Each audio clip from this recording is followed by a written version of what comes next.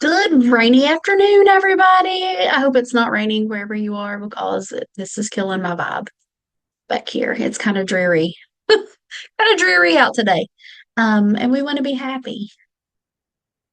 I want to go ahead and get us started just a little bit early, and get what I have to do out of the way so we can welcome back Miss Morgan, who we missed tremendously. Welcome to Mission West Virginia and the Think program. Today's webinar is Back to School Stress, Helping Youth Cope, Thrive, and Succeed, by Miss Morgan Duffy Simpson. So who is Mission West Virginia? What are our programs? Mission West Virginia is leading a statewide effort to promote positive futures for all kids in West Virginia. We work alongside families as they navigate West Virginia's foster care system and provide evidence-based life skills education to help teens envision and create positive futures. As a result of our work putting kids first in collaboration with social services, school districts, private foster care agencies, and other nonprofits, the future looks brighter for West Virginia. You can learn more about our organization at missionwv.org. So we do this through two main programs, the first being Frameworks. Frameworks provide support for those interested in foster care or kinship care to understand the system, find a placement agency, and prepare to make a meaningful difference in the life of a child. If you're interested in learning more about how to become a foster and or adoptive parent in West Virginia, well, you're in the right place today. If you'd like to speak with someone on the phone, please call 866-CALL-MWV or 304-512-0555. You can also request an information packet on our website, missionwv.org/request-information. The other program we have is the Think program, which is bringing you this webinar today, Teaching Health Instead of Nagging Kids. Think empowers teens to make positive life choices through education, life skills, and coaching. Our program is evidence-based and helps the students we work with navigate the social emotional pressures all teens face as they develop. This includes building healthy relationships and healthy choices around drugs and alcohol and pregnancy prevention. We deliver our program in partnership with schools in 20 counties. We are vetted by district leaders, teachers, and other school leaders who are trained to work with kids. The program's evidence-based curriculum has been shown to have a positive effect on preventing teen pregnancies, sexually transmitted infections, or sexual risk behaviors. Our educators are continually trained on the most up-to-date information on trauma, sexual health, and high-risk behaviors. Our management team does on-site observations of our educators regularly to ensure fidelity is being followed. We also administer pre- and post surveys, receive teacher feedback, hold teen focus groups, and site satisfaction surveys. So we know it takes a whole community to help teens envision and create positive futures, and that is why we also provide resources and training to equip parents, families, and the individuals like you who support kids as they navigate their teen years. Some of our workshops and trainings we offer include talking to youth about sensitive or difficult topics, hidden in plain sight, trauma, sexual assault prevention and consent, teen dating violence, and we have a whole lot more. So today's webinar, we will be providing 1.5 hours for social work CEUs. Our provider number is 490-129. Attendance is for the live session of this webinar is required. So you'll be verified through just your Zoom that you logged in. If you are watching this with someone else, please shoot us an email. You can email rwhite@missionwv.org or me at hgore@missionwv.org to let us know that you need CEUs, but you are watching under someone else's contact info. Certificates will be processed within 3 business days. Look for those. Next week, we have a couple of people out. So look for those. They will come from third-party site called Simple Cert. So check your spam folders. They may go there instead. If you don't receive it after a week, please contact us. Again, the email below are white@missionwv.org, or if you just send a direct message to Mission West Virginia and email to our general website, if you forget who you're writing to, then we'll get it. So let's welcome back Morgan. I was so happy to see your pretty face today. And I'm very excited for this webinar. Like I just told you, I could have used you last week. to calm down from the anxiety of prepping my high schooler for the first day of school this week. But we survived. We survived our first day, Cabell County. We're good. So Morgan is a mental health therapist at Graceway Counseling Center. She has a bachelor's and a master's in social work from Marshall University and is a licensed graduate social worker in the state of West Virginia. In her position, Morgan is trained in emotionally focused therapy and meets with individuals of all ages who have experienced current or previous trauma, mental health struggles, substance use, relational issues, suicidal ideation, grief, loss, self-worth, and/or any life stressor. Morgan strives for every person to feel safe, heard, seen, and welcomed as they are. Morgan desires to meet clients with gentleness, compassion, and open mind in a non judgmental space. When not providing therapy, Morgan enjoys going on walks outside, eating any and all gluten free food, and spending time with her husband, friends, biological family, and church family. And if she looks familiar, she has done several of these webinars for us. She's a former educator and teen coach here from at Mission. And we just, like I told her earlier, we just keep kind of pulling her back in because we love her and miss her. But she's doing amazing things, and we're so proud of you. And I'm going to hand it over to you. I'm going to switch screens for you now. Thank you. Thank you. Thank you so much. Hey guys, my name is Morgan. Yeah, um, I used to work at Mission, West Virginia. It is a wonderful place to be. I was at Mission for around 3 years and enjoyed all of my time with Mission. Um, it's an incredible organization, as you know, if you are here on this webinar. Um, but yeah, my name is Morgan. I am really happy to be here with you guys. I am a social worker. I love the work that I get to do. I was looking at the chat as people were coming in, and I see that most, if not all of us, are in the realm of the social work field.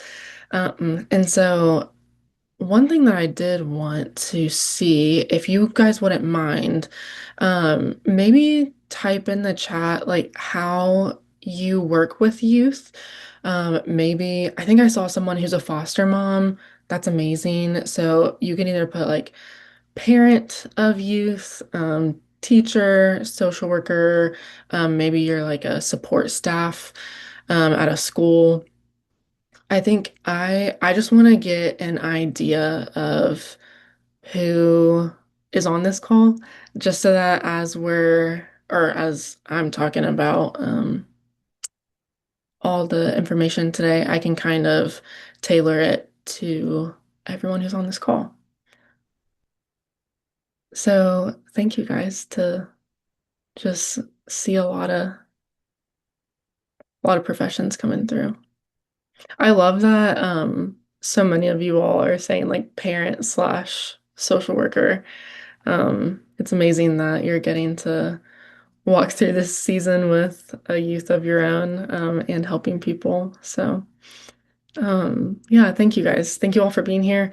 Um, yeah, I'm a mental health therapist at Graceway Counseling Center. So that's in Huntington, West Virginia. I love getting to do this work with not just youth, but adults as well. Um, and I know mental health is such a wide topic. It's such a large topic. We could talk about it for hours upon hours, right? And so getting to tailor it specifically to our youth, middle school, high school students, even looking at elementary students, I would say a lot of this can even be applied to college students. And if you're just human, we can apply a lot of this information. Um, so let's see. Hillary, if you wouldn't mind going to the next slide, thank you. Hillary is graciously helping me with my slides today, so I appreciate that. Um, yeah, so today we're really just focusing on all of the stress that comes with going back to school. I'm sure all of you all, whether you're in schools or not, there really is a big stress whenever it comes to August, early September of what's coming up. We have to prep for so much, mentally, physically, spiritually, in all the realms, right? Um, so we're going to look at mental health challenges, emotional challenges that some of our youth are facing, specifically during the transition to the start of the school year. Obviously, we may see these mental and emotional challenges throughout the school year, but we're gonna specifically look at the start of the school year today. Um, the second, we are going to look at how to best help our youth. So how can we be supportive? How can we be caring? How can we be genuine, authentic in these things? And a trusted adult. That's huge. And then just building a secure environment for these students. Safety is obviously of the utmost importance. So we're going to look a lot at how we can create safety for our students. And then the third objective is essentially learning how can we care for ourselves? How can we practice self-care while sustaining these practices with our youth? How can we reduce stress for ourselves? So we can go ahead and go to the next slide. So one thing that I do want to say, just as we're going throughout today in this webinar, I want to focus so much on connection. Um, there are going to be a lot of, practical things throughout this webinar that I talk about that we can do, whether as parents, teachers, social workers, um, whatever position you fulfill right now in a youth's life. It's all about connection, even in the small things and in the big things. Um, as humans, everyone needs connection, right? We need to know that we have people around us, we have a support system, and youth are the same way, whether they tell you that out loud with their words or not. They need to be cared for, they need to be known and loved, and that is the main thing that we are looking at today.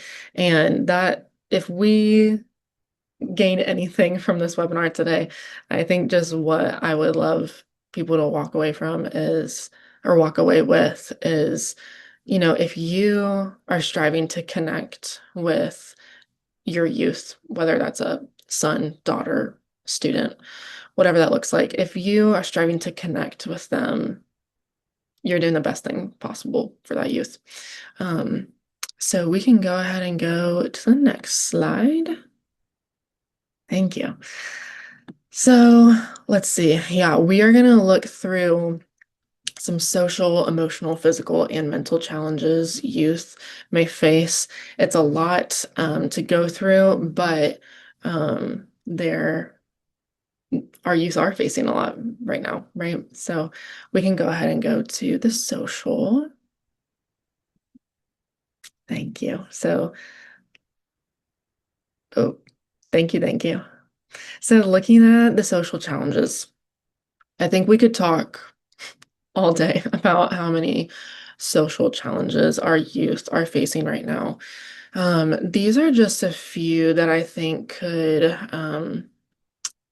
be broken down into a few categories, or like big categories that we can look at with our youth.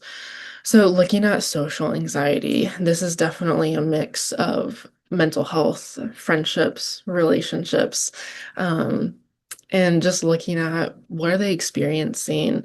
Our youth may be going into school with, how are people perceiving me? How am I going to make friends? Are the friends that I had last year, are they going to stay with me this year? And honestly, if we look at all four of these levels, we can see how much they connect with each other, right? So either looking at social anxiety, friendships, social status, and peer pressures. they're all working together, right? And so there's so much anxiety surrounding authority figures, family, other people. There's this social stress to just be maybe like the perfect version of themselves. There may be this pressure to be a perfect student or be a perfect daughter, son, to be just the best that they can be. And that can be really great. Or maybe they just have anxiety that, oh, well, I'm seen as the bad kid, so I'm going to get treated as the bad kid. There can be a lot of anxieties, just in interacting with teachers, peers, at home, whatever that home dynamic looks like. Looking at friendships, I think this is huge for our youth at this phase of life. Um, Normally, this is kind of one of the most important things for them. And, as we're talking today, I think we're really going to see too, I know we know this, and part of this is common sense that our youth, maybe they are focused on things that seem so little to us as adults. But as we connect with them, as we connect with our students, sometimes we have to put ourselves in their shoes.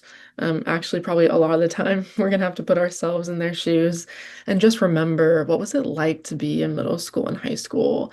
Back then it felt like, gosh, friendships are so huge. This is one of the main stressors in this time of life right now. Um, yeah, they're really formative in these years. And friendships obviously can be healthy or unhealthy for the students that we're interacting with. And they know that. They realize there are healthy and unhealthy friendships that maybe they need to cut off, or maybe healthy ones that they need to nurture more. But that can be really stressful when maybe you have to have a hard conversation, or maybe you're just trying to be more intentional with another friend. That can cause so much stress for youth. Social status, kind of, once again, kind of going in the same category here. I think this is also constantly, or maybe not constantly, but pretty consistently on youth's minds of, am I considered popular? Or maybe students know, I'm not one of the popular kids, so maybe that's an insecurity of theirs. I've talked to students who are considered in the popular crowd in school, and some of them have felt this heavy pressure and a heavy weight um, to just kind of like be the best, to keep up this um, not facade, but almost put on this mask of, yep, I have it all together, I'm good. Um, Everyone can kind of count on me, sort of thing. So even no matter where we go in the ladder of social status with our youth, I think any level of the ladder, it can come with challenges. Um, and so, obviously there might be, or there is definitely bullying behaviors when it comes to social status. And we'll talk about that more later to just talk more about how can we create safety for our youth in these environments. Looking at peer pressures, man, there's so much peer pressure for our youth right now. Just being pressured to act a certain way, to talk a certain way, use certain language, using whatever cool language is happening right now in society and social circles. And it's all in an effort to avoid this disconnect with their peers, right? Um, I think we can all remember a time in our life where we were pressured by peers to do something. If you can put yourself back in that situation and remember how stressful that was.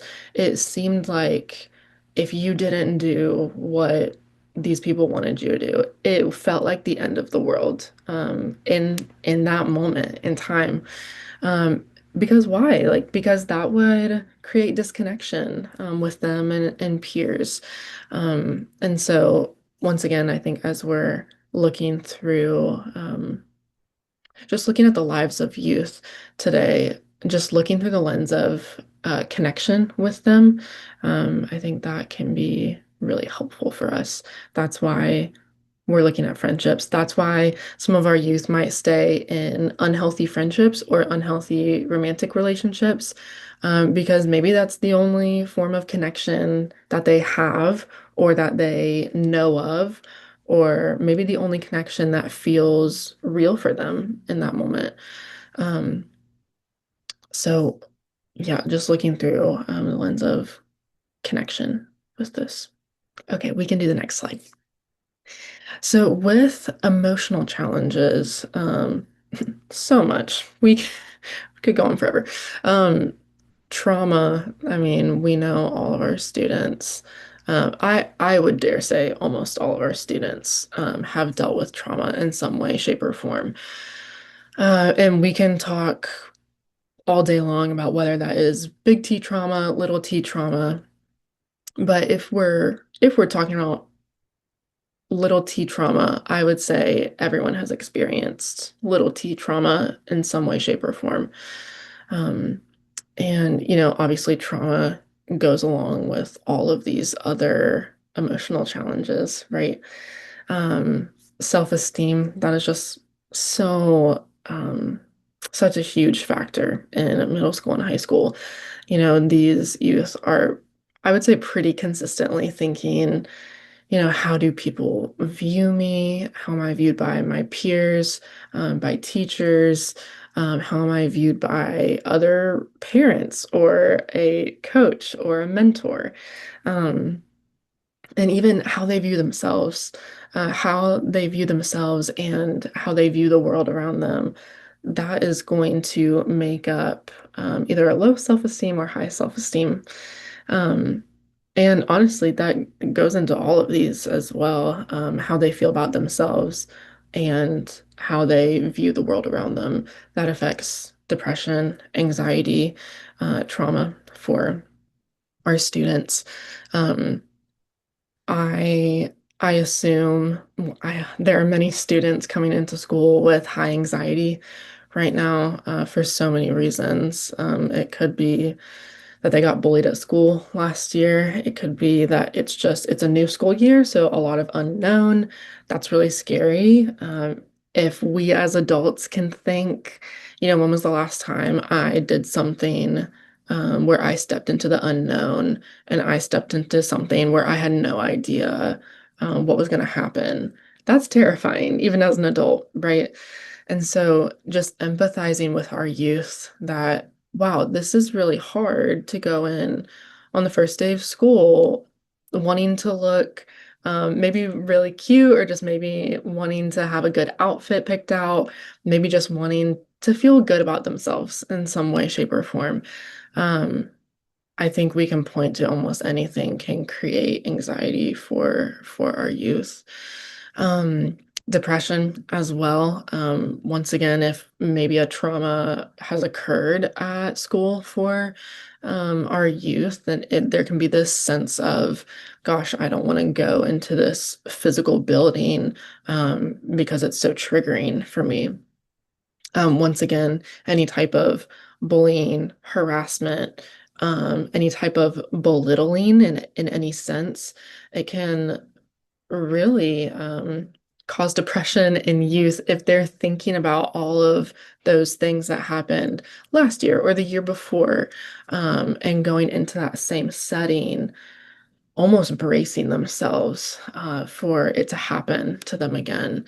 Um, and again, if we're going back to talking about safety, our youth aren't going to feel safe in their bodies to step into that school building if they're worried about being harassed, being bullied, if they're worried about if someone is going to comment on their hygiene, if someone is going to comment on their clothes, that doesn't feel safe to our students' nervous systems, right?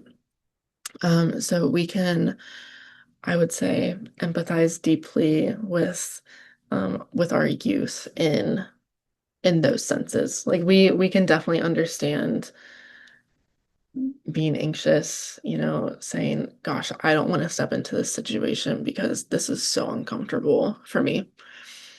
Grief. This is so huge, and I think so many of our youth in West Virginia have experienced grief, gosh, in so many different ways. It could be the actual death of a loved one. It might be the death of a classmate that happened. Um, Grief if especially if there was a student who died by suicide in the school. um, Obviously the school is going to be grieving that for years to come. Grief maybe over maybe it's their last year of high school or their last year of middle school, and this is kind of the closing of a chapter for them, and maybe that's really big for them, and so they're grieving, man, this is the last time I'm gonna be in this building. And maybe they're feeling a sense of nostalgia around it. Um, it just could be grief of a loss of friendships. It could be grief of a loss of a romantic relationship. Maybe school is triggering for the grief of the loss of friendships or romantic relationships if they happened at that school building. And then trauma. Gosh, I think there can be so many different reasons. But I think, a lot of the things that I've been talking about, grief can be traumatic. Bullying, I would dare say bullying can be traumatic for anyone who goes through it. Um, if a youth is in a mental health crisis, that can be really traumatic. Um, and so there are so many emotional challenges. And I'll say this too, it's not just with the school building itself. It can be, but maybe if we're thinking of it in almost a reverse sense, maybe we have youth that are really excited to go back to school because their home life is awful. Or maybe it's just not good. It brings them down. Um, Either way, maybe our youth, we're seeing them be excited and happy to come to school because maybe it's their relief for them. Maybe it's their safe haven. And so I definitely want to bring attention to emotional challenges, not only going to school, but also um, just maybe some emotions that we see come up in our students. That might have to do with home life. And maybe you're a parent or a caseworker that maybe you're seeing youth off of school property, and maybe you're dealing with youth being really emotional, not at school. Um, so maybe it's they try to act all fine and dandy and okay while they're there at school, but then when they come home or um, when they visit you at maybe whatever center you're at. Um, Maybe they just break down and cry or dump on you, vent to you. Um, that can be a lot. That can be a lot to take on as a professional. And so, yeah, I want to draw attention just to all the different um, I guess, ways that emotional challenges can show up for youth. Okay, we can do the next slide. Thank you. Okay, so mental challenges that youth are facing. So not only just looking at mental health challenges, but mentally, what is taking up their brain capacity? What's taking up space in their brain? It's not just their mental health, it's not just friendships. They have a lot of other things going on. Um, Obviously, a huge one, schoolwork and grades. I know so many students where they have gotten so worked up over schoolwork and grades that it has caused depression and suicidal ideation. And I know that seems drastic, that might seem really extreme, but for youth, um, maybe schoolwork and grades is that important to them. Or maybe it's that that's how they're finding their worth in life at that moment. So if that's bad, if that's not going well, then gosh, like they must not be good overall in their life. That can definitely be a lie that our youth might believe about themselves. Um, and even if schoolwork and grades isn't really severely important to our students, it still matters, right? Because they still have to pass the grade that they're in. And so it can be stressful for us as people who are trying to help them, especially if they don't want to do their schoolwork, if they don't really care much about their grades. And that can make it hard for connection with them if you feel like you're just constantly having to fight them on things that they need to do, like schoolwork, um, and they're being defiant and opposing what you're saying. That can be really hard to create connection in that moment. A lot of our youth are managing responsibilities at school, at home, or with a job. So I guess looking at, well, not only school, I think we can look at, responsibilities with school might be obviously schoolwork, studying, maybe um, a student helps with like extracurricular activities, like maybe they help with one of the sports teams, or maybe they are on one of the sports teams. Maybe maybe they just have a lot of responsibilities at school. So there's all of those. And then thinking of home life. So many of our youth are raising their younger siblings. So many of our youth are having to grow up way too fast, unfortunately, in their home environments.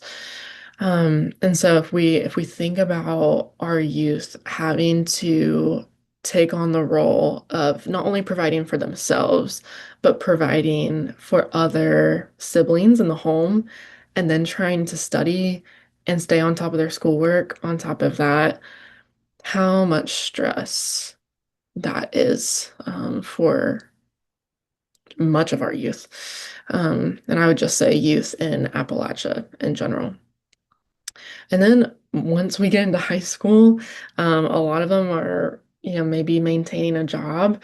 Um, once again, I have met with students before where just the combination of all the stress between school, um, being home, having a job, having like trying to deal with relational stress, all of those responsibilities, I've talked to youth where that's led them to have suicidal ideation.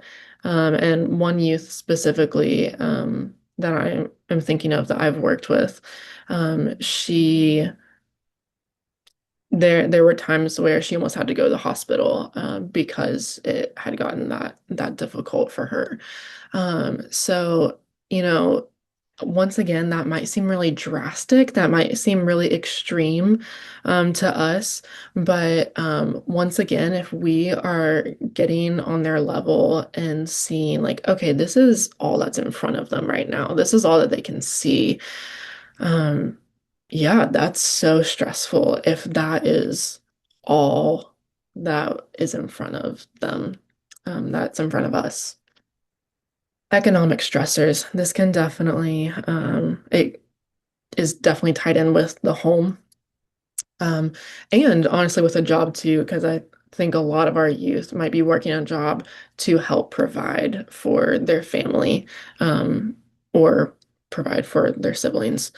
So economic stressors of finances, gosh, the economy is so difficult right now, right?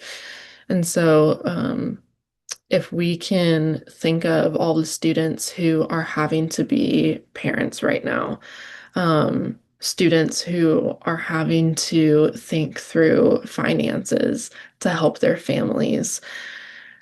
That's obviously something that youth should never have to worry about. That is a job for guardians, for parents, not for youth. But unfortunately, that can be a big stressor for them. Food, housing, clothes, hygiene, basic needs, right? Basic necessities. And maybe a lot of us on this webinar, maybe this is part of our job is helping our youth get connected to these resources. But maybe we are like in a therapist role where maybe someone's telling us like, I need food or I need clothes or I need housing, and we're trying to get them the resources and get them connected. It's it's a lot. It's overwhelming. And if we're looking at students trying to go to school, trying to focus on schoolwork. How can someone focus on studying for an exam or trying to remember how to solve a math problem when your stomach is growling because you're hungry, when you don't have a winter coat and you're freezing? Um, maybe it's the summertime and you don't have AC in your house, so maybe you're burning hot, or maybe you don't have electric. And so the many things are out of order in the house. Maybe it's just hygiene. Maybe it's that they're self-conscious or that they haven't had a shower in a few days, a week, 2 weeks. Um, a lot of things to be thinking about with that with our youth. And then looking at family stressors as well. We already talked about this a little bit, but taking care of family. This could also look like taking care of their parents. I know, once again, have just talked with different youth in different phases of life, and some of them have had to care for their parents if their parents are physically disabled.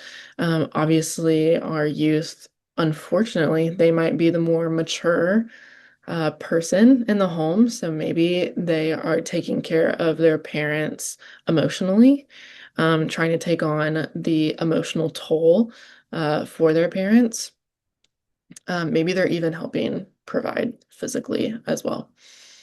And then we get into abuse, neglect, um, you know, that no youth can focus on anything else if they're going through any kind of abuse. I know everyone on this call, we know that logically and with our in our brain, but when we get down to the nitty-gritty, and really see students in their situations, um maybe sometimes we need to look hard for those signs of abuse and neglect. um and it's really sad, but unfortunately it happens more often than we like to admit. Divorce, fighting in the home. Divorce might seem small, but it definitely very much affects youth going back and forth from home to home. Even just growing up in a single parent household, they might feel a not maybe not a pressure, but maybe they want to help. Maybe they just see the stress and the burden that that one parent is carrying, and so maybe they want to help um out of a good heart, right? But that sometimes that might put more stress on the student. Okay, we can go ahead and go to the next slide. Thank you. So looking at physical challenges, really, there's honestly a lot of physical challenges when we're thinking of this age group, because they're just constantly changing, right? Their bodies are constantly growing. Um, Obviously, hormones are changing, and there's so much to be said for that. This obviously links with emotional challenges, social challenges. Um, it the physical aspect really is intertwined, and so just looking at even the changes in their voice happening, changes in their sleep schedule, that's going to affect their emotions, how they do the next day. It's going to affect their schoolwork if they are having a change in sleep schedule, if they're tired during school. Um, and also school sports activities. So if they're, doing a sport, if they're playing sports throughout the whole year, maybe they're going to be eating so much more because they're burning so many more calories, or maybe just because they're growing youth that they're eating more in general. Um, there can be so many different ones. And another one that I'm thinking of that's not on here is, a lot of students might feel really insecure about their bodies. They may be really aware of their bodies just because of society, social media. And so maybe a physical challenge for our youth might be eating disorders. It might just be just feeling really outside of their body, like not feeling connected to their body. And that can lead to feeling a disconnect mentally, emotionally. And so looking at those physical challenges as well. We can do the next slide. So I've said this a couple times, but what may feel small to us as adults is really big for elementary, middle school, high school. I'm going to say even college students, for those of you who might be parents to college students. But the things that they're dealing with, that is their life right now. That is what is in front of them. They're not looking at, what us as adults are looking at normally, usually. Unfortunately, sometimes youth do have to grow up faster and they do have to take on the mindset of an adult. But I think it can be really helpful for us to remember, okay, how can I step back, step into their shoes, and just remember what it's like to be in their position and in their shoes. We can go to the next one. So just another slide to remember connection. Just remembering that everything that we are doing with our youth is for connection. So even if we have youth who are playing sports, they have growing bodies, maybe they're eating more. We can use that time of eating as connection with our youth. We can use maybe going in shopping for new school clothes. Maybe we can use that as a connection. And maybe for a lot of youth, shopping for school clothes is really triggering for them. Maybe they don't like it because they struggle with not liking their bodies. And maybe in that, maybe they start reaching out for a connection. Maybe because they don't feel good about themselves, they start to emotionally reach to say, does anyone see me in this? Does anyone see where I'm coming from?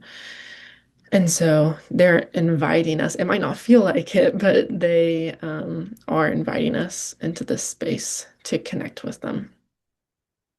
We can go to the next slide. Okay, so building a secure environment. I think there are a lot of ways to build a secure environment. Um, and we'll go ahead and go to the next slide. We'll go ahead and get into it. Um, I think a lot of it can and has to do with being safe, being supportive, caring, being informed. Essentially, just being an adult that youth can talk to, that youth can be real with. Um, if we're being honest, youth just want someone who's going to be non-judgmental with them. They want to be able to come as they are and have someone say, I see you and I'm here for you, and you don't have to change who you are for me. So being an adult who is safe, supportive, caring, informed, we're going to look at each of these individually and what it looks like more to be these words. So we can go to the next slide. So being a safe adult, This can look like a lot of different things, but we want to look at safety because one, that is one of the most important things. If anything, I would say it's probably the most important thing for us when we are with our youth, when we um, yeah, are just doing life with them. So safe touch, making them not feel uncomfortable with touch. And this, could just be a high five. Maybe it's a fist bump, but maybe for some youth, it's appropriate to give them a hug. Maybe for other youth, that could be really triggering for them. And it could feel really unsafe for them. So I think something that I would encourage is if you are someone um, where you feel like you have the connection with youth to um, use safe touch with them, I would make it a conversation. I think that is the best way to create safety is to talk about these things with our youth. So, hey, can I give you a high five? Honestly, it goes back to consent, right? Consent is needed, especially when there is a power dynamic difference. Us as adults, we have just more power because of age over youth. And so there is a power dynamic, right? A difference. And so because of that, we need to be aware that maybe youth might, they might give us a high five even if they're uncomfortable with doing that. So to get more on the same playing field with them, um, to help them feel safe, having a conversation with them of, hey, is it okay if I give you a high five? Hey, is it okay if I give you a side hug, a pat on the back?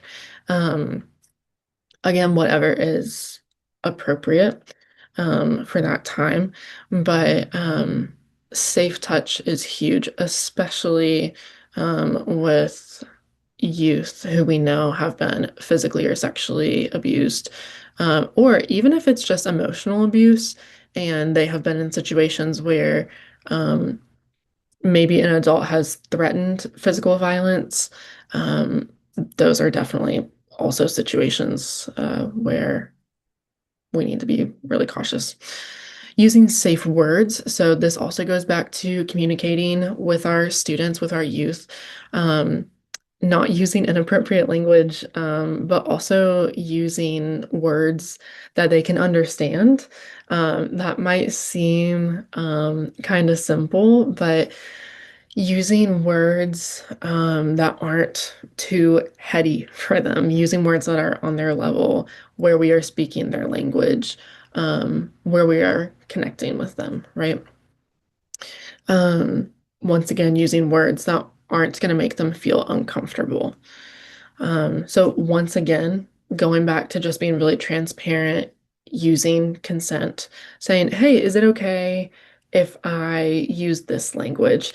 I One example that I think of is maybe the older generation, they might feel comfortable calling people honey or sweetie. So maybe an older teacher might call a young male student, "Hey, honey, can you pick this up for me? Hey, sweetie, can you go get a paper from over there?" Um, when in reality, maybe that makes that male student feel really uncomfortable to be called honey or sweetie. Same thing with other dynamics. So just being very aware of our words, and once again having conversations of, hey, is it okay to use this terminology? Do you feel uncomfortable if I said this? And telling them to, I want you to be honest with me.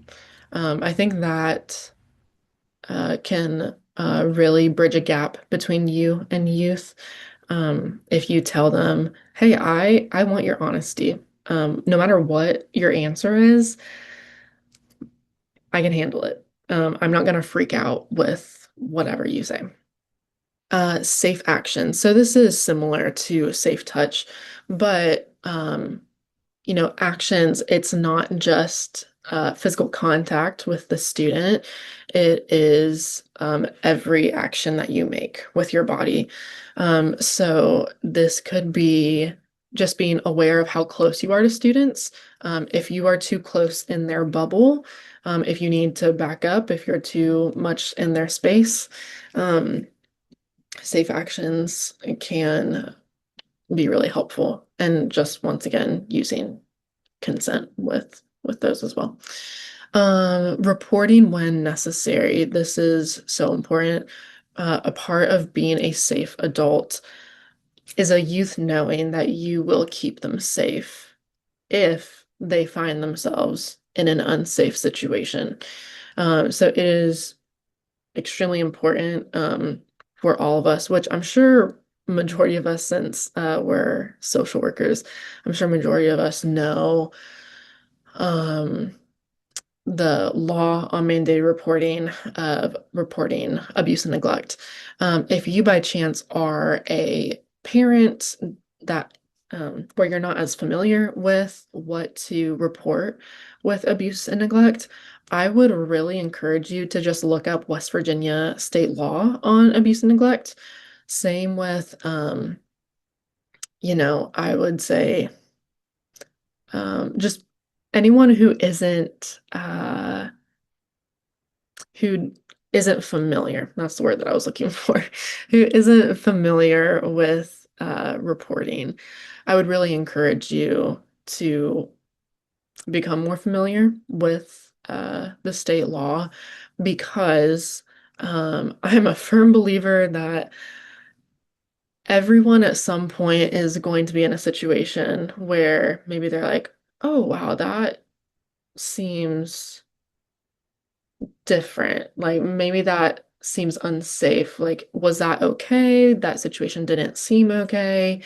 Um, if you guys are also aware of the organization Handle with Care, they have, I'm pretty sure it's free. Um, don't quote me on that, but I'm pretty sure it is. They have a training on mandated reporting. And I think it's great because they put it in simple terms for anyone to understand. So if you would like to be, oh, great. Okay, someone put in the chat that it's free. So thank you so much. Um, so yeah, go to Handle with Care's website, and you can take that for free. I think it's really great for just a basic, simple understanding of what to do if a situation arises with a youth, where you're questioning, hey, is that normal? Do I need to talk to someone about that situation? And then lastly, addressing problematic behaviors, discrimination, or racism. So addressing and obviously bullying, harassment is included in this list. So looking at if you are in a classroom, just being very aware, very sensitive to the dynamics of what's going on around me. How is this person being treated? Specifically looking for minority groups in the classroom, or if you're at an agency, if you're a parent, just being aware. If your student comes home and they seem down, maybe even asking them specifically, hey, did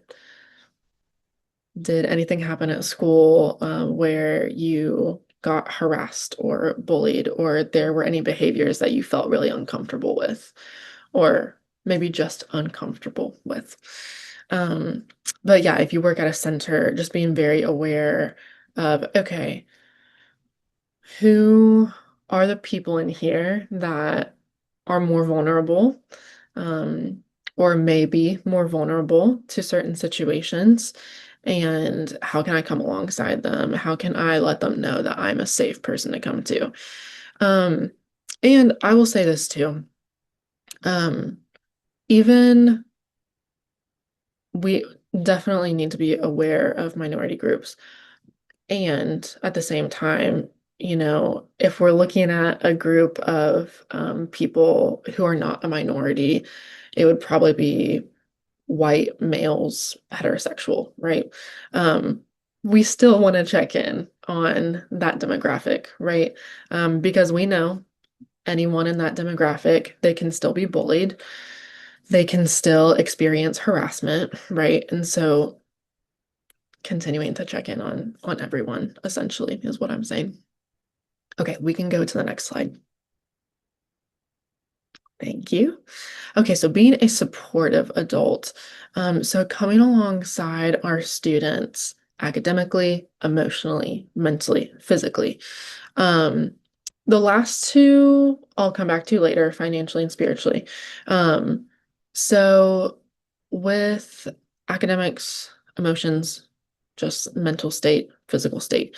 Um, Obviously, we want to be appropriate in how we approach how we can be supportive to our youth. I feel like academics is a pretty obvious one where it can be appropriate. We can sit down, do tutoring with a student, just giving your time to a youth to help them figure out what's going on. Let's say it's math, you know nothing about math, you're horrible at math. How can you help a youth if they're struggling with math? Maybe you can take the time to help them look up on YouTube, a YouTube video of how do you work through this problem? How do you work through this equation?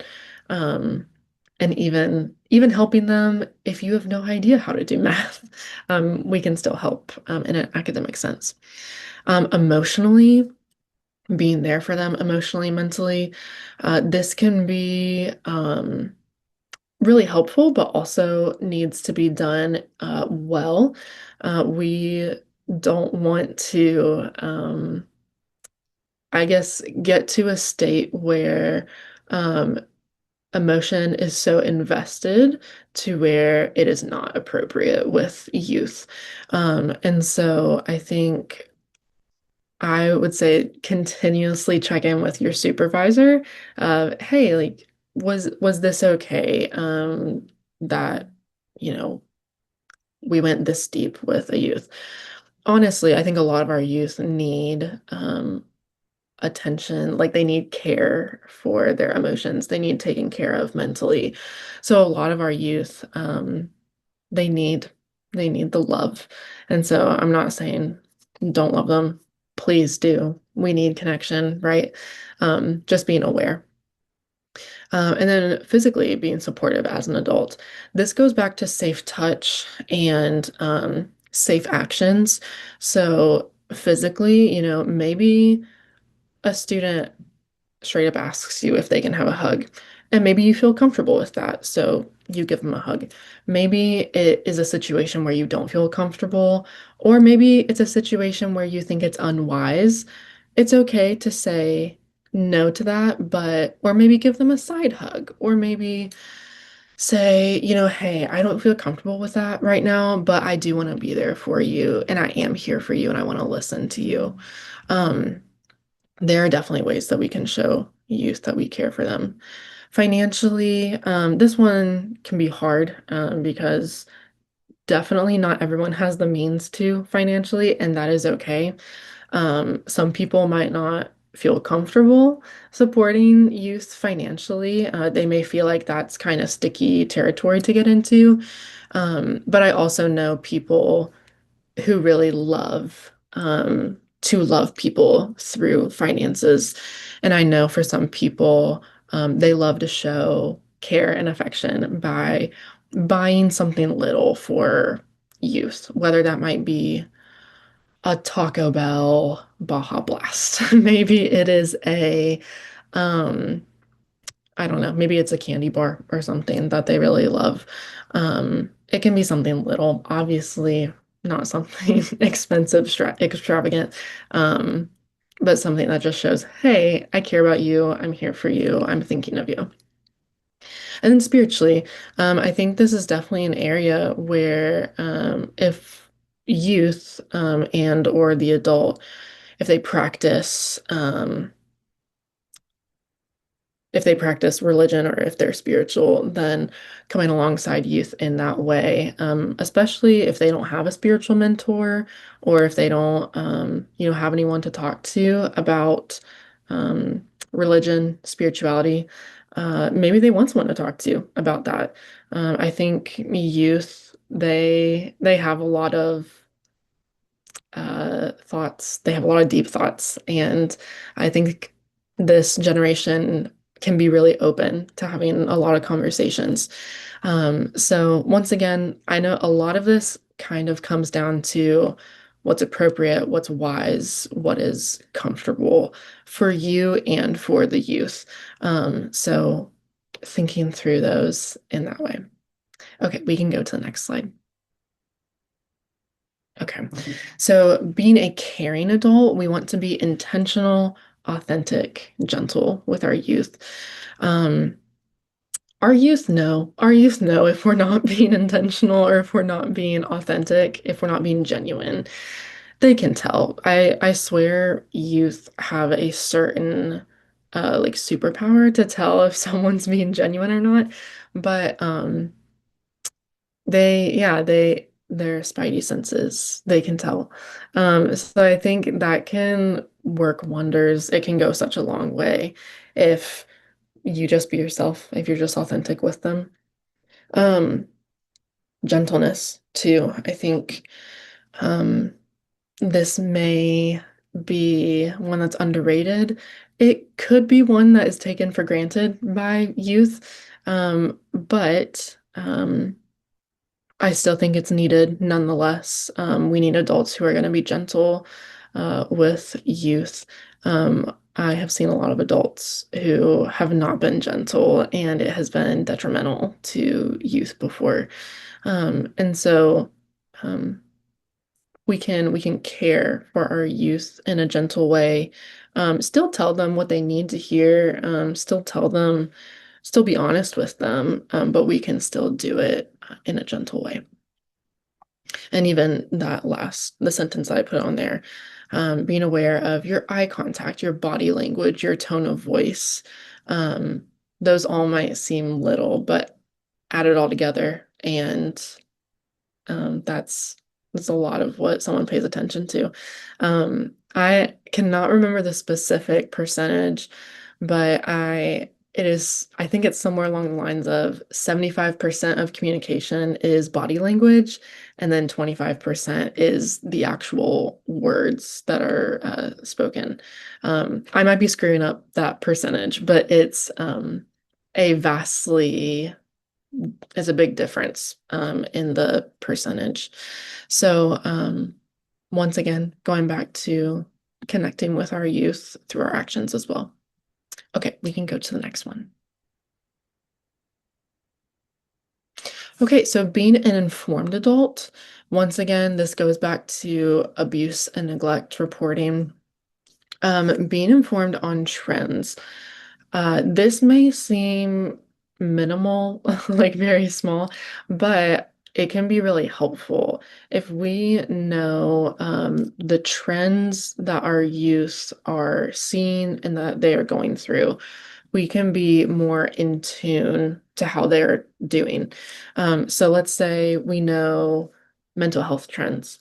Um, One thing might be, if we're aware of the fact um, that a certain word is being used um, as a shortened word for an eating disorder, or if one word is a shortened word used for substance use, being able to understand that terminology.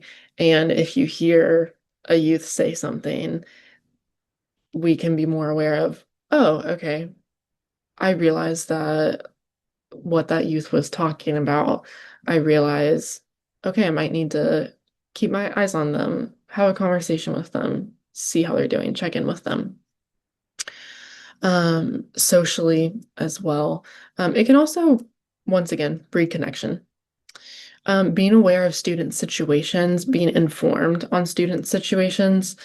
If you remember any part of a youth's story, that in and of itself is going to I think speak to them that you care, that you're there for them.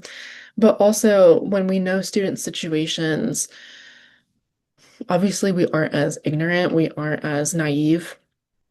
If we know a student has a difficult home life and one day maybe they're just being mean out of nowhere, and usually they're not a mean person, maybe we can slow down and say, hey, did something happen at home today? Has something been happening at home? I know home is a hard place for you. And you seem really activated right now, and normally you're not this activated when I talk to you. So what's going on? Relational dynamics between youth. Again, just being able to check in on youth. Um, Once again, breeding connection through being aware of relational dynamics. Um, and resources for youth. This one is huge too. So if you know of youth who are experiencing a crisis, you can say, hey, I know of this number 988 that you can call. It's 24/7, it's free. You can call them if you're going through any crisis, and they're trained to talk to people on that lifeline. And, that is so helpful, especially for times when you're not with that youth. Um, Obviously, inform them on 911, specifically resources as to how to keep them safe. Okay, we can go to the next one. So, more ways to build a secure environment. Um, we did already talk about addressing bullying behaviors, so I'm going to skip over that one for right now.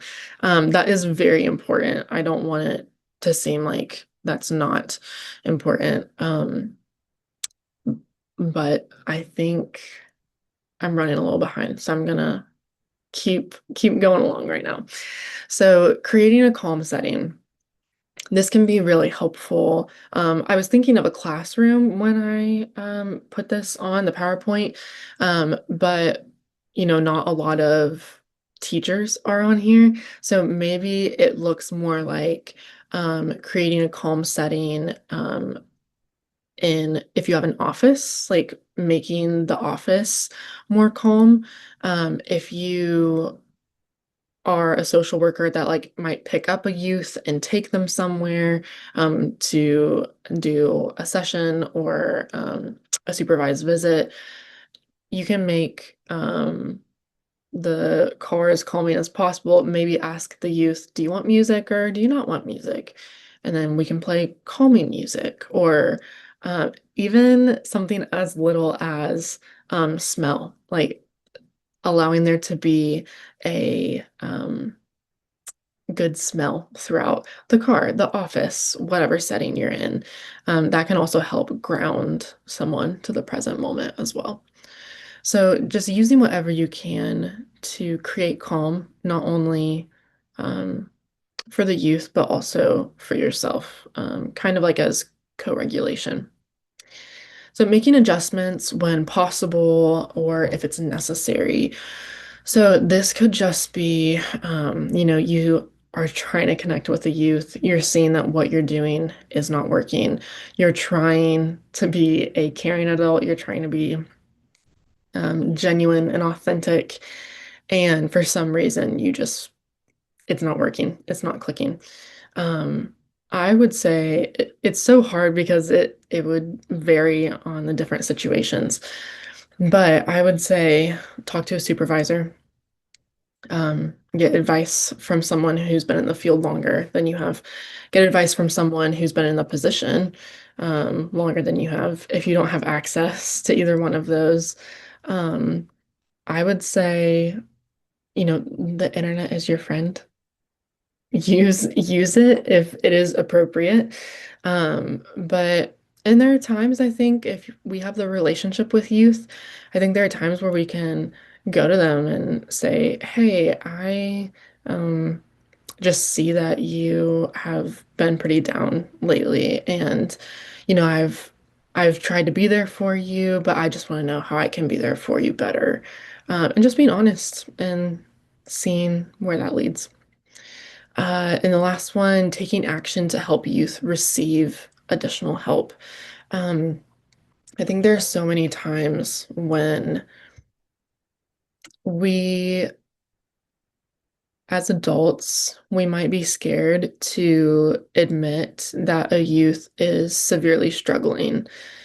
Maybe we get so scared, that they're in a really deep pit, like mental health wise, emotionally. And maybe we just get scared because we're like, I don't know what to do in that situation. I don't know how to handle a crisis situation. Like, that's not the kind of social worker I am. Or maybe you're a parent and you're like, I haven't been trained on a crisis situation. Um, but you can connect a youth with someone who is trained in that way. So I think what I mean by the white box number 4 is if they need to see a therapist, do everything in your power to help them get connected with a therapist. If they need resources at home, do everything in your power to help them get those resources at home, whether that's food or clothing. Maybe they need medication. Like maybe their mental health is so bad that they would like to do medication. And so you can maybe talk to them like, hey, would you want to talk to your doctor? Hey, would you feel comfortable if I sat down with you and your mom, you and your guardian, and maybe we had a conversation about your mental health? So helping them get that additional support. We can do the next slide. So once again, looking at how can we connect with these youth? Maybe you're thinking of specific people in general, um, but like specific youth in general. If you're not, I want to invite you to think of one or two specific youth in your life and everything we just talked about, think of what could I do to help this youth at the beginning of their school year. Okay, let's go to the next one, please. Thank you. So, sustaining best practices with youth, we can look at a lot of different things. We need help for ourselves, right? It takes a village. I am a firm believer in that quote. Um, it really does take so many people to love and care for one individual. So, ask for help. Um, this is hard. I don't want to act like it's easy. I think, especially as adults, we can feel like this is just too much for us. But I don't want to ask for help because I don't want to seem weak or, well, what if this is too much of a burden for someone else? Um, Allow yourself the freedom to ask someone for help and allow the response to be the responsibility of that other person. If they say no, that they don't have the time, then they're being honest about where their capacity is. If a person says, yeah, I can definitely help you, we don't have to feel bad about that. They told us yes, that was their choice to say, yeah, I can help you in this. So trust them in that response. Set boundaries with youth. So this is, I think, a good area where if there's a situation where we start to feel like boundaries are being crossed with youth, this might be, if youth are texting you too much, maybe they want to have access to you 24/7. But that is not in your job description to have access to them 24/7. Setting boundaries with them for your own mental health. Focus on what you can control. We cannot control everything in the lives of our youth. I wish we could. I wish we could save lives. I do. Part of our work does, but we cannot be with our youth every second of every day to make sure that they stay safe, right? So we have to focus on, okay, what can I do? If I can't be with them 24/7, what can I do to help them?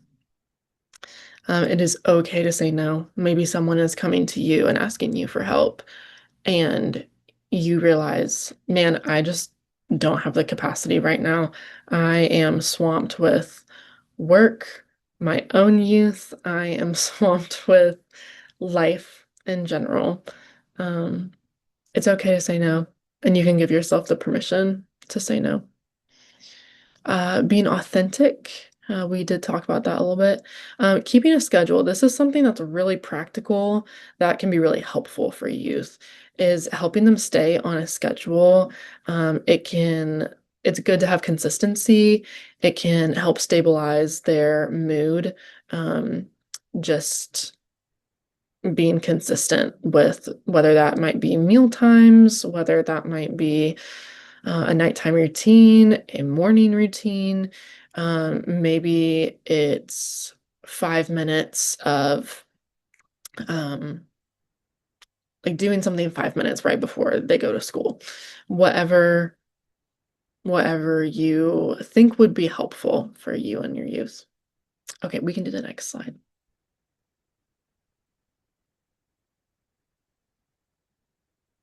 So caring for yourself, we want to rest, recharge, retreat. We can go to the next slide because we're going to go into these just a little bit.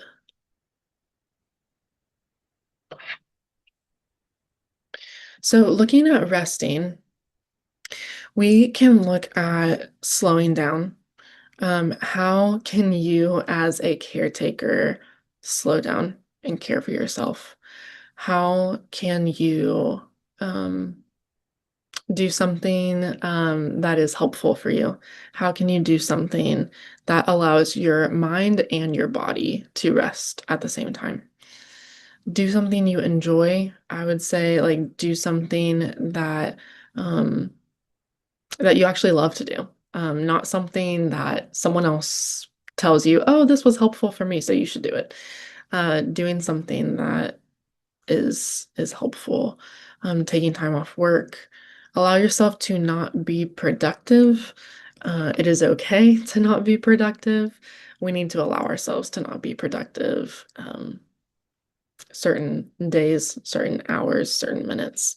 So if you aren't giving yourself the permission, hear it from me that I am giving you all the permission.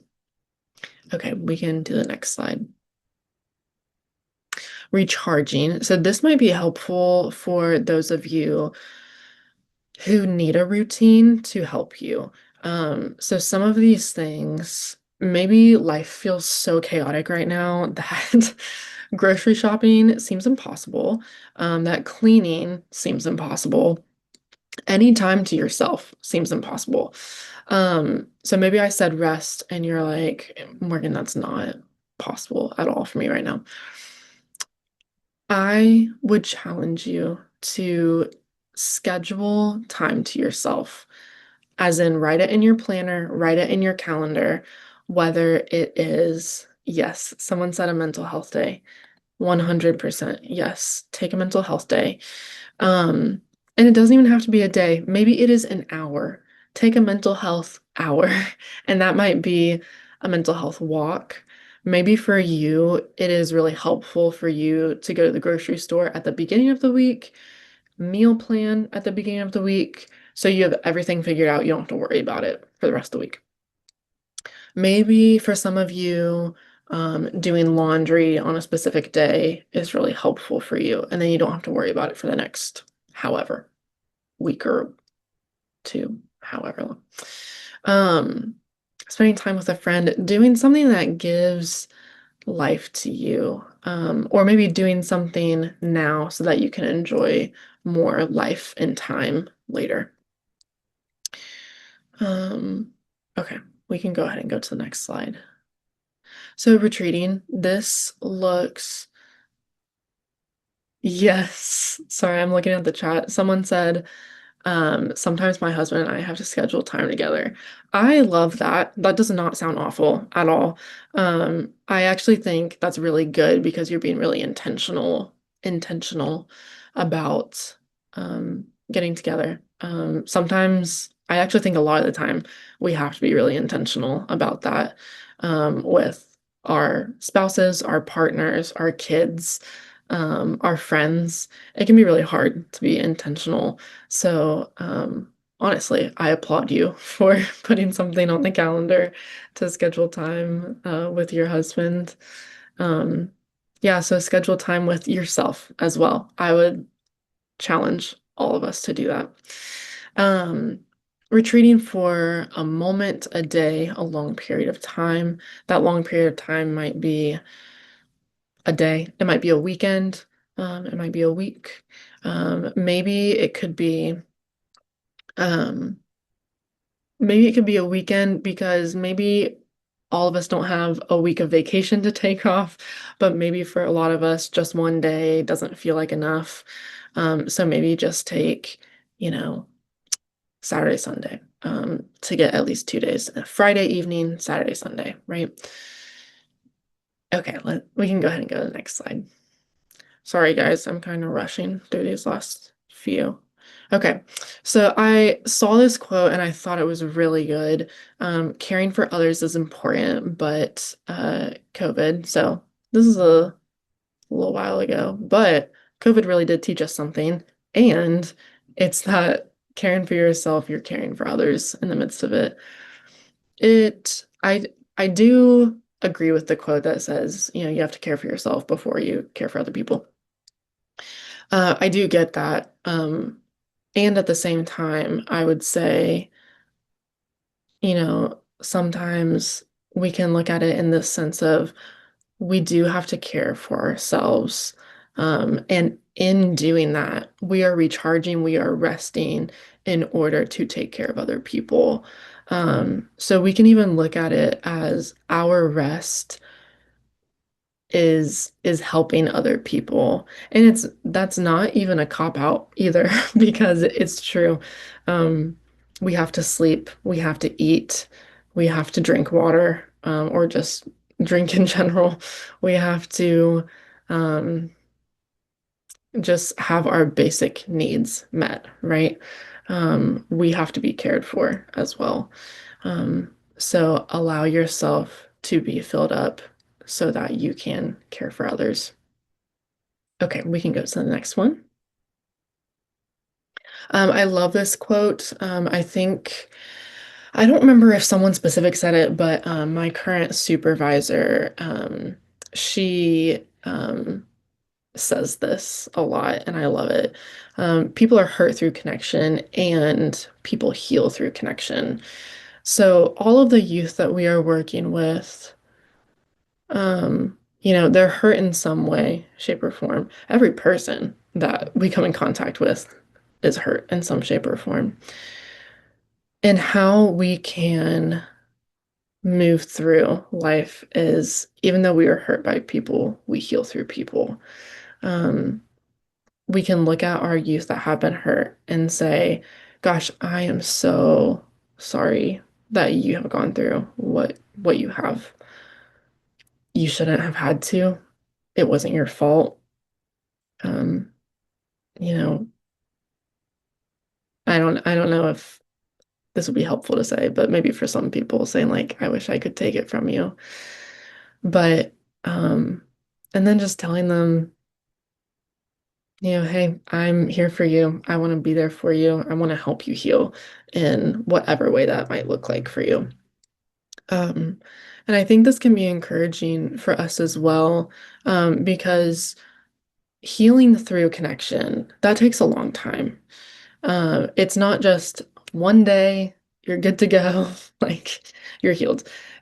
Healing through connection takes a long time. But if we're being honest, that is the road to healing is through other people, through connection, through feeling cared for, feeling loved, feeling known, um, feeling respected, feeling valued by others.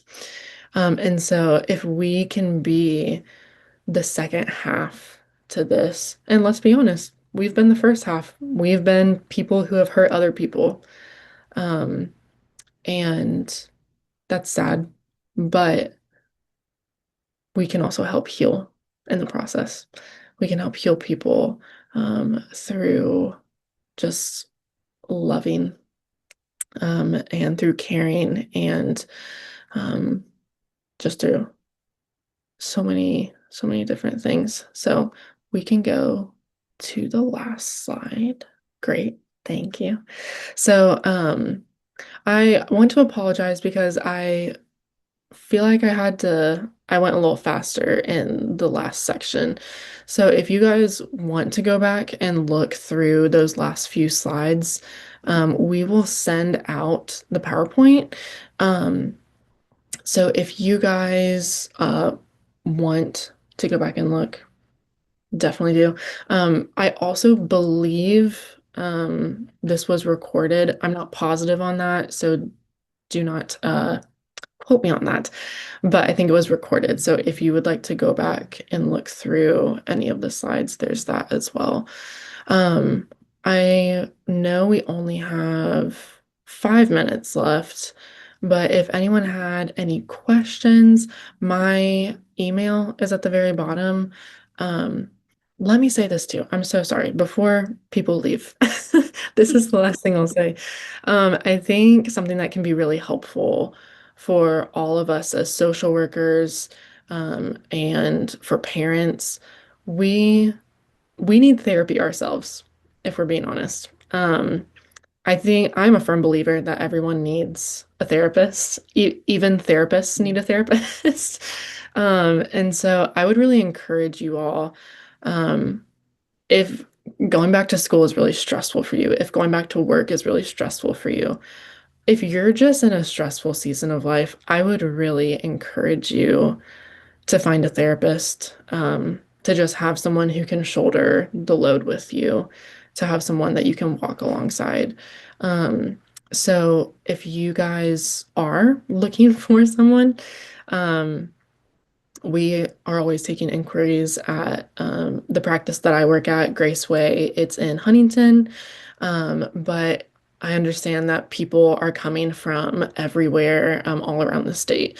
So, I would just encourage you guys to reach out to whatever is local to you. The organization I work for, Graceway, we do telehealth. So, for some reason, if you can't find a good therapist in your area, we can do telehealth as well. But I just want to thank you guys, no matter what, no matter where you're at, like no matter whether you're a social worker, a parent, administrator, just thank you so much for the work that you do. We need adults who care for our youth. We need adults who are focused on justice and advocacy and who are just real and authentic with our youth, who show genuine love for our youth. And so I just want to thank you guys for the work that you all do. So let's see. Sorry, I'm trying to look at the chat to be sure. If anyone has any questions, you can put it in the chat. But thank you Did- guys. Sorry, go ahead, Hillary. Oh, you're fine. I was gonna say I didn't see any, but if you did, please let me know. And I love the comment. I tell my cat everything, best listener ever. Yes, my dogs, but still. Yes. Yes. Thank you guys so much. I know a lot of people are just saying thank you in the chat, but thank you all, truly. And thank you, Morgan. You were amazing as always. We Thank you. love Thank you. you. I And love being you're administrator. good. Well, we will send the PowerPoint out with an email next week. You're good with that, right? And you said you would share. Yes. Okay, we will definitely do that. So be looking for that. I did post the link to the survey. I can do that again real quick if anybody needs it. And again, look for the your certificate next week, please. So if you don't have it by Thank you next guys. Friday, shoot us a message. Kim Hutton, I'll see you in a few minutes. Thank you for joining us. It's good to see everyone at Mission who's on the webinar. It's good to see you. All right. Well, I think we're all good. I don't see any questions. Oh, the survey won't come up. We will email the survey link out as well. All right. I think we're good. Thank you, Thank Morgan. you Thank you, guys. everybody, for joining us. And look for us next month. We don't have the dates scheduled yet. We did had to skip January because of vacations, which is, fine. Next month, I think we're going to try to do something with the Department of Homeland Security, so it should be interesting. But look for an email about that. We'll get that scheduled up real soon. All right. Well, thank you guys. Have a good evening.